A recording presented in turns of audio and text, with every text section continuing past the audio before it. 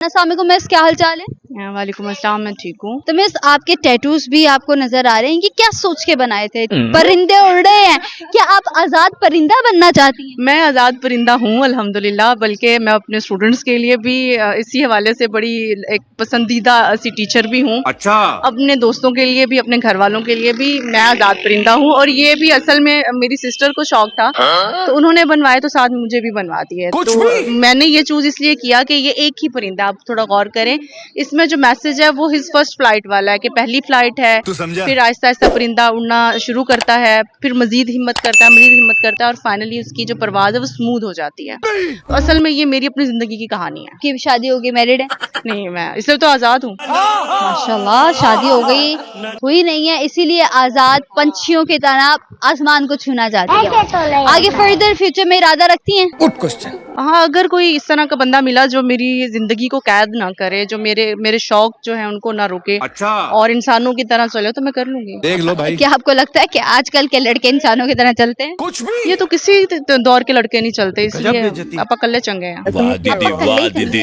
Single अच्छे कल्ले चंगे हैं। हम पढ़ाई से दिल लगा लेंगे, हम अपनी करियर से दिल लगा लेंगे, लेकिन शादी नहीं करेंगे। शादी अच्छा, देखिए, या तो करनी हो ना, जिस एज में भी आप हैं इस एज में कर लें। अच्छा। आप अपने आप को मोल्ड कर लेती हैं, ये उम्र ठीक होती है। इसके बाद जब आप इतने मैच्योर हो जाते हैं, अपना करियर बना लेते हैं, फिर आप अपना नाम भी बना चुके होते हैं, फिर नहीं दिल करता। फिर आपको ये पता होता है कि जहाँ भी जाएंगे ना, आपको किसी आम खातून के मुकाबले में कंप्रोमाइज ज्यादा करना पड़ता है। मैं नहीं मानता। असल में जो हाउसवाइफ है ना, उसको पता है कि वो चुप कर जाएगी, वो क्योंकि उसका तो खाना पीना उसके साथ जुड़ा हुआ है ना, उसके हस्बैंड की खिदमत के साथ है। बात तो सही है। फैमिली एक लाइफ है, उसने बच्चे पैदा करने, घर संभालना। ये नहीं कि मैं ये नहीं कहती कि वो गलत करती हैं, वो भी, मेरी अपनी अम्मी भी हाउसवाइफ रही हैं, करना होता है, सब कुछ करना होता है। लेकिन जब कोई खातून खुद कमाती है ना, अच्छा। तो फिर वो ये खाम खा के कंप्रोमाइजेस नहीं करती, समझ रहे हो आप? फिर वो अपनी सेल्फ रिस्पेक्ट पे पूरे, जैसे कहते हैं ना कि कॉन्फिडेंस के साथ खड़ी होती है।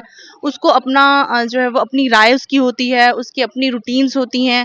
वो फिर ये डिमांड करती है कि उसकी रिस्पेक्ट की जाए, क्योंकि अगर आप मईशत की बुनियाद पर किसी की इज्जत ज्यादा करते हैं माशरे में, तो हम मर्द को तो ज्यादा इसलिए करते हैं ना कि मर्द कमाते ज्यादा है और सिस्टम पूरी दुनिया का मर्दों के हाथ में है। तो फिर हम जैसी औरतों का तो ये हो जाता है कि जब हम बराबर में कमा रहे हैं, हम भी घर को उतना ही पैसा भी डाल रहे हैं, उतनी एफर्ट्स, बल्कि ज्यादा एफर्ट होती है, कुछ भी। तो हम डबल काम कर रहे हैं, तो हमारी रिस्पेक्ट भी तो डबल। गाड़ी का वो व्हील होता है जो धक्का लगाता है आगे जाके। हाँ, जो बेचारा पंचर भी हो जाता है, हालत खराब होती, फिर भी काम ज्यादा। ये डोमेस्टिक वायलेंस जो आजकल लड़कियों पे हो रहे हैं, अपने शोहर का खर्चा, हर चीज, ईच एंड एवरीथिंग निकाल रही हैं, पाल रही हैं, शोहर को रख रही हैं, और फिर भी वो डोमेस्टिक वायलेंस का शिकार है। ऐसे लोगों को कैसे देखते? देखिए, एक तो इस बात पे कंप्रोमाइज नहीं करना चाहिए। मेरी अपनी भी बहनें हैं, और मेरी अपनी बहनों के लिए भी हमेशा यही नसीहत रही है। मेरी अपनी स्टूडेंट्स हैं, मतलब बच्चियां, लड़कियां हैं मेरी स्टूडेंट्स, अच्छा। उनके लिए भी हमेशा यही नसीहत रही कि एक तो फाइनेंशियली इंडिपेंडेंट हो, बात तो सही और है। दूसरा जो होता है ना रिलेशनशिप में, वो मियाँ बीवी का रिलेशनशिप है, वो बहनों भाइयों का इवन ताल्लुक है, वो गर्लफ्रेंड बॉयफ्रेंड का है इवन, अगर उसमें आपकी सेल्फ रिस्पेक्ट हर्ट होती है तो आप फौरन से पहले उससे अलग क्या सोच है रे? और देखिए, जिंदगी में जब तक आपके हाथ पांव सलामत है, आप भूखे नहीं मरते, आप काम करने वाले हो। तू समझा?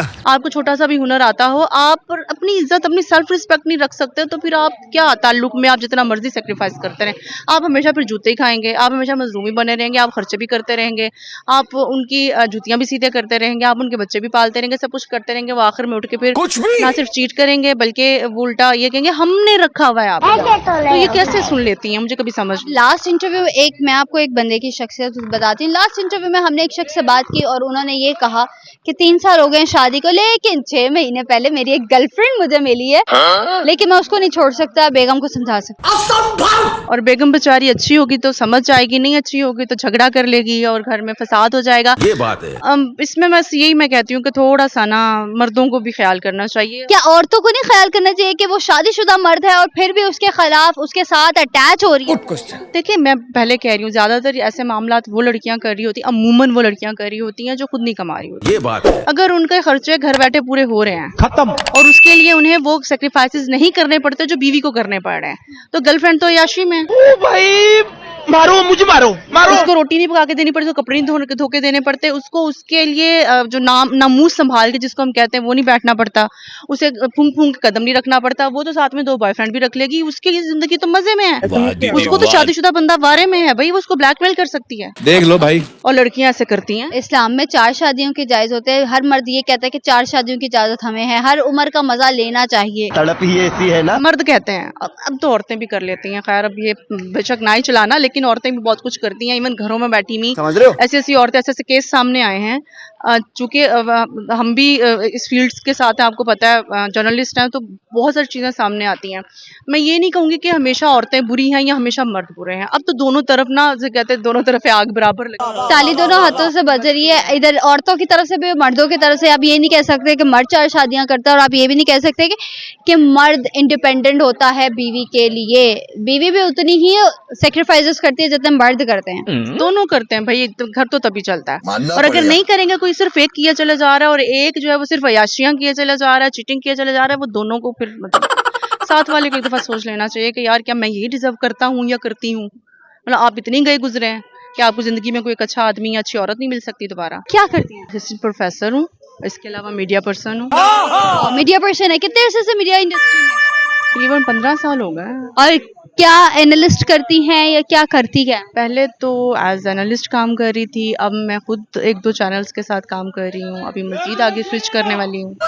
मतलब मीडिया इंडस्ट्री में और हिस्ट्री की टीचर होने में कितना डिफरेंस है? मैं उर्दू की टीचर हूँ बेसिकली। अच्छा। तो डिफरेंस ये है कि वहाँ भी बोलना होता है, यहाँ भी बोलना होता है। मुझे तो दोनों कामों में मजा आता है। वाह दीदी वाह। मीडिया फील्ड ही क्यों स्पेसिफिकली आपने? मुझे बचपन से ही शौक था बहुत ज्यादा बोलने का, जैसे हम लड़कियों को होता है चटर मटर। समझ रहे हो? टटर बोलते रहना। फिर मॉडलिंग का शौक था, तो कद नहीं बढ़ा, तो मैंने कहा अच्छा फिर एंकर तो हुआ जा सकता है ना। मॉडलिंग में हील्स चल जाती हैं, 6 इंचेस की आप हील पहन के हो जाते हैं, लंबे हो जाते हाँ मैंने कोशिश की है, लेकिन वो बहुत ही ज्यादा हील होती है, तो मैंने कहा भाई हर दफा ही तो हील नहीं चल सकती ना। बात तो सही है। फिर वो दूसरी जो बेचारी जो कम हाइट वाली हमारी एक्टर्स हैं, जैसे उनका मजाक उड़ाया जाता है, फिर मेरा भी उड़ाया जाता है। मैंने कहा इससे तो बेहतर कुर्सी पे बैठ के ना बोलते रहो, ज्यादा अच्छा है। हैं। Thank you so much for your time.